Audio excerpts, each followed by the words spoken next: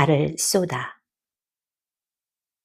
번거롭던 사위가 잠잠해지고 시계 소리가 또렷하다 보니 밤은 저기 깊을 대로 깊은 모양이다. 보던 책자를 책상머리에 밀어놓고 잠자리를 수습한 다음 잠옷을 걸치는 것이다. 딱 스위치 소리와 함께 전등을 끄고 장력의 침대에 들어누우니 이때까지 밖은 휘황찬 달밤이었던 것을 감각지 못하였었다. 이것도 밝은 전등의 혜택이었을까. 나의 누추한 방이 달빛에 잠겨 아름다운 그림이 된다는 것보담도 오히려 슬픈 선창이 되는 것이다. 장살이 이마로부터 콧마루, 입술, 이렇게 하얀 가슴에 여민 손등에까지 어른거려 나의 마음을 간지르는 것이다. 옆에 누운 분의 숨소리에 방은 무시무시해진다. 아이처럼 황황해지는 가슴에 눈을 찢떠서 밖을 내다보니 가을 하늘은 역시 맑고 우거진 송림은 한 폭의 묵화다. 달빛은 솔가지에 쏟아져 바람인 양 쏴 소리가 날 듯하다. 들리는 것은 시계소리와 숨소리와 깃돌이 울음뿐. 먹적고던 기숙사도 절간보다 더 한층 고요한 것이 아니냐. 나는 깊은 사념에 잠기우기 한창이다. 나는 사랑스러운 아가씨를 사유할 수 있는 아름다운 상화도 좋고 어린 적 미련을 두고 온 고향의 향수도 좋거니와 그보단 손쉽게 표현 못할 심각한 그 무엇이 있다. 바다를 건너온 애치군의 편지 사연을 곰곰 생각할수록 사람과 사람 사이의 감정이란 미묘한 것이다. 감상적인 그에게도 필연코 가을은 왔나 보다. 편지는 너무나 지나치지 않았던가. 그중 한 토막. 구나, 나는 지금 울며 이 글을 쓴다. 이 밤도 달이 뜨고 바람이 불고 인간인 까닭에 가을이란 흙냄새도 안다. 정의 눈물, 따뜻한 예술학도였던 정의 눈물도 이 밤이 마지막이다. 또 마지막 현으로 이런 구절이 있다. 당신은 나를 영원히 쫓아버리는 것이 정직할 것이요. 나는 이 글의 뉘앙스를 해득할 수 있다. 그러나 사실 나는 그에게 아픈 소리 한마디 한 일이 없고 서러운 글 한쪽 보낸 일이 없지 아니한가. 생각건대 이 죄는 다만 가을에게 지워 보낼 수밖에 없다. 홍한 서생으로 이런 단안을 내리는 것은 외람한 일이나 동물한 한낱 괴로운 존재여 우정이란 진정코 위태로운 잔에 떠놓은 물이다. 이 말을 반대할 자 누구랴. 그러나 직이 하나 얻기 힘들다 하거늘 알뜰한 동무 하나 잃어버린다는 것이 살을 베어내는 아픔이다. 나는 나를 정원에서 발견하고 창을 넘어 나왔다든가 방문을 열고 나왔다든가 왜 나왔느냐 하는 어리석은 생각에 두뇌를 괴롭게 할 필요는 없는 것이다. 다만 귓돌이 울음에도 수줍어지는 코스모스 앞에 극히 서서 닥터 빌링스의 동상 그림자처럼 슬퍼지면 그만이다. 나는 이 마음을 아무에게나 전가시킬 심보는 없다. 옷깃은 민감이어서 달빛에도 싸늘이 추워지고 가을 이슬이란 선득선득하여서 서른 사나이의 눈물인 것이다. 발걸음은 몸뚱이를 옮겨 못가에 세워줄 때 못 속에도 역시 가을이 있고 삼경이 있고 나무가 있고 달이 있다. 그 찰나 가을이 원망스럽고 달이 미워진다. 더듬어 돌을 찾아 달을 향하여 죽어라고 팔매질을 하였다. 통쾌. 달은 산산이 부서지고 말았다. 그러나 놀랐던 물결이 잦아들 때 오래자나 달은 도로 살아난 것이 아니냐. 문득 하늘을 쳐다보니 얄미운 달은 머리 위에서 빈정대는 것을. 나는 꼿꼿한 나뭇가지를 고나 띠를 째서 줄을 매어 훌륭한 활을 만들었다. 그리고 좀 탄탄한 갈대로 화살을 삼아 무사의 마음을 먹고 달을 쏘다. 별똥 떨어진대. 밤이다. 하늘은 푸르다 못해 농해색으로 캄캄하나 별들만은 또렷또렷 빛난다. 침침한 어둠뿐만 아니라 오삭오삭 춥다. 이 육중한 기류 가운데 자주 하는 한 젊은이가 있다. 그를 나라고 불러두자. 나는 이 어둠에서 배태되고 이 어둠에서 생장하여서 아직도 이 어둠 속에 그대로 생존하나 보다. 이제 내가 갈 곳이 어딘지 몰라 허우적거리는 것이다. 하기는 나는 세기의 초점인 듯 초췌하다. 얼핏 생각하기에는 내 바닥을 반드시 받들어 주는 것도 없고 그렇다고 내 머리를 갑박이 내려누르는 아무것도 없는 듯하다마는 내막은 그렇지도 않다. 나는 도무지 자유스럽지 못하다. 다만 나는 없는 듯 있는 하루살이처럼 허공에 부유하는 한 점에 지나지 않는다. 이것이 하루살이처럼 경쾌하다면 마침 다행할 것인데 그렇지를 못하구나. 이 점의 대칭 위치에 또 다른 밝음의 초점이 도사리고 있는 듯 생각된다.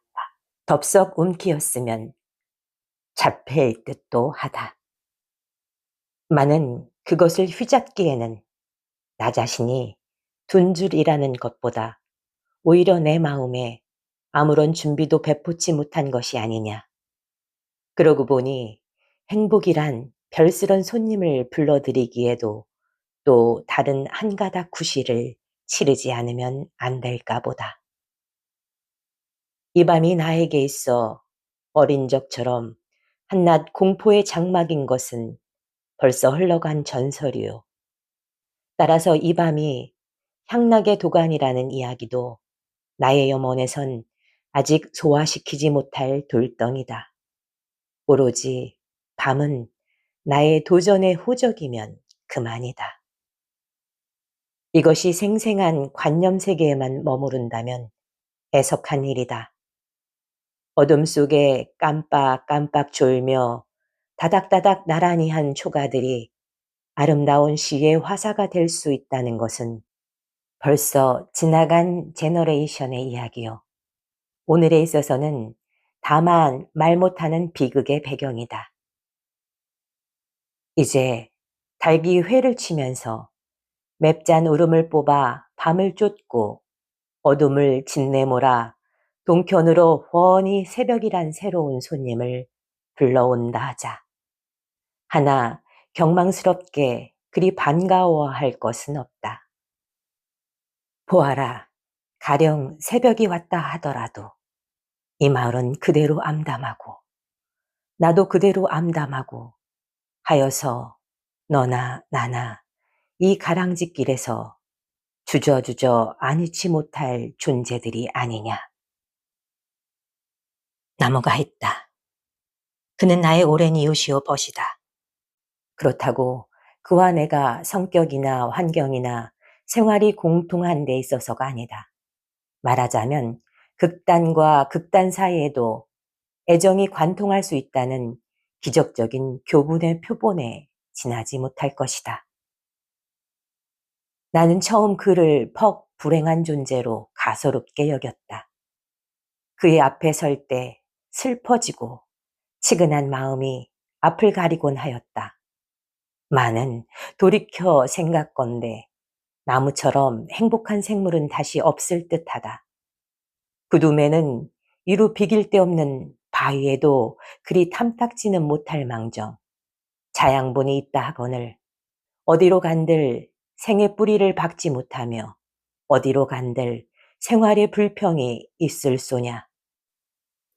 칙칙하면 솔솔 솔바람이 불어오고 심심하면 새가 와서 노래를 부르다 가고 출출하면 한 줄기 비가 오고 반면 수많은 별들과 오손도손 이야기할 수 있고 보다 나무는 행동의 방향이란 거추장스런 과제에 봉착하지 않고 인위적으로든 우연으로서든 탄생시켜준 자리를 지켜 무진무궁한 영양소를 흡취하고 영롱한 햇빛을 받아들여 손쉽게 생활을 영위하고 오로지 하늘만 바라고 뻗어질 수 있는 것이 무엇보다 행복스럽지 않으냐.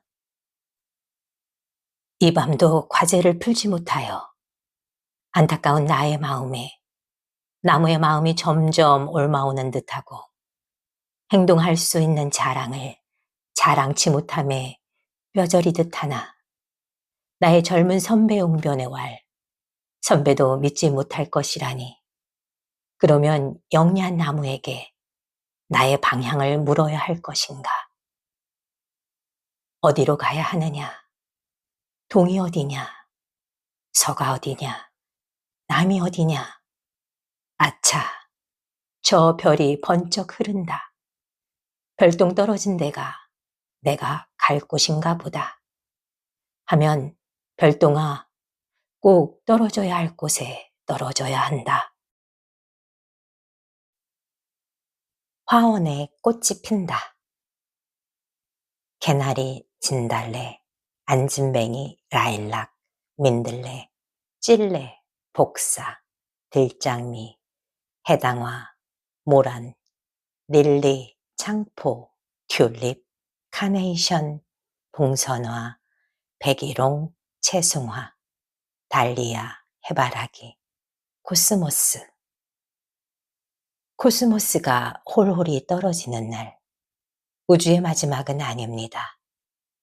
여기에 푸른 하늘이 높아지고 빨간, 노란 단풍이 꽃에 못지않게 가지마다 물들었다가 귀뚜라미 울음이 끊어짐과 함께 단풍의 세계가 무너지고 그 위에 하룻밤 사이에 소복이 흰 눈이 내려 쌓이고 화로에는 빨간 숯불이 피어오르고 많은 이야기와 많은 일이 이 화롯가에서 이루어집니다. 독자 재현.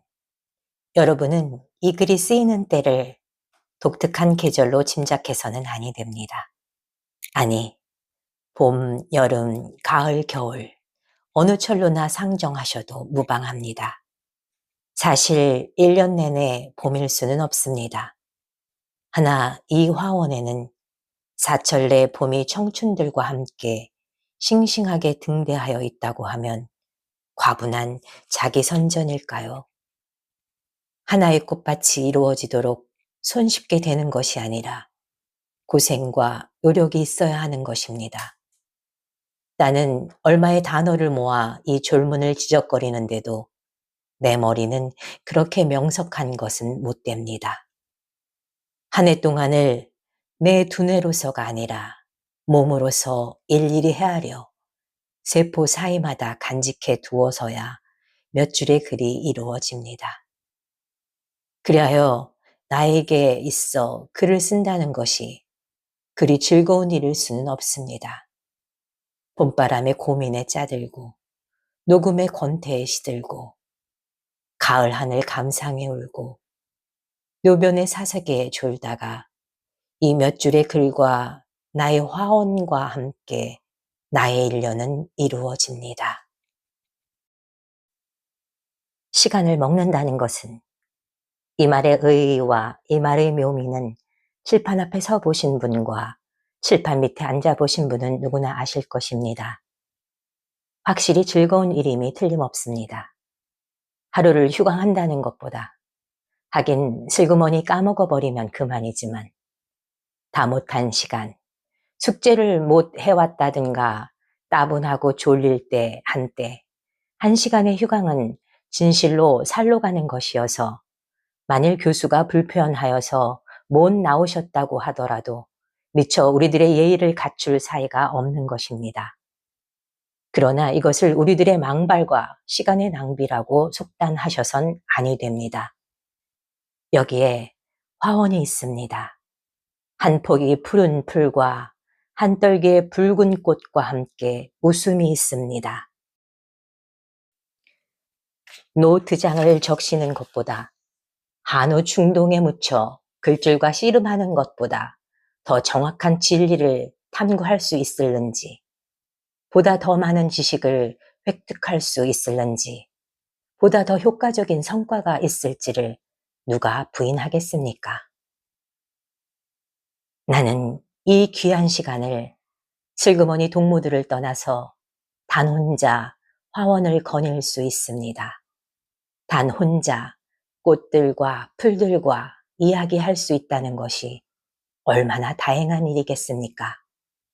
참말 나는 온정으로 이들을 대할 수 있고 그들은 나를 웃음으로 맞아줍니다. 그 웃음을 눈물로 대한다는 것은 나의 감상일까요? 고독, 정적도 확실히 아름다운 것임에 틀림이 없으나 여기에 또 서로 마음을 주는 동무가 있는 것도 다행한 일이 아닐 수 없습니다. 우리 화원 속에 모인 동무들 중에 집에 학비를 청구하는 편지를 쓰는 날 저녁이면 생각하고 생각하던 끝 겨우 몇 줄 써 보낸다는 A군. 기뻐해야 할 서류, 통칭 월급 봉투를 받아든 손이 떨린다는 B군. 사랑을 위하여서는 밥맛을 잃고 잠을 잊어버린다는 C군. 사상적 당착에 자살을 기약한다는 D군. 나는 이 여러 동무들의 갸륵한 심정을 내 것인 것처럼 이해할 수 있습니다. 서로 너그러운 마음으로 대할 수 있습니다. 나는 세계관, 인생관, 이런 좀 더 큰 문제보다 바람과 구름과 햇빛과 나무와 우정, 이런 것들에 더 많이 괴로워해왔는지도 모르겠습니다. 단지 이 말이 나의 역설이나 나 자신을 흐리는 데 지날 뿐일까요? 일반은 현대 학생 도덕이 부패했다고 말합니다. 스승을 섬길 줄을 모른다고들 합니다. 옳은 말씀드립니다. 부끄러울 따름입니다. 하나, 이 결함을 괴로워하는 우리들 어깨에 지워 광야로 내쫓아 버려야 하나요? 우리들의 아픈 데를 알아주는 스승, 우리들의 생채기를 어루만져주는 따뜻한 세계가 있다면 박탈된 도덕일지언정 기울여 스승을 진심으로 존경하겠습니다. 온정의 거리에서 원수를 만나면 손목을 붙잡고 목 놓아 울겠습니다. 세상은 해를 거듭 포성에 떠들썩하건만 극히 조용한 가운데 우리들 동산에서 서로 융합할 수 있고 이해할 수 있고 종전에 X가 있는 것은 시세의 역효과일까요? 봄이 가고 여름이 가고 가을, 코스모스가 홀홀히 떨어지는 날, 우주의 마지막은 아닙니다. 단풍의 세계가 있고 이상이견 빙지, 서리를 밟거든 얼음이 굳어질 것을 각오하라가 아니라 우리는 서리발에 끼친 낙엽을 밟으면서 멀리 봄이 올 것을 믿습니다. 노변에서 많은 일이 이루어질 것입니다.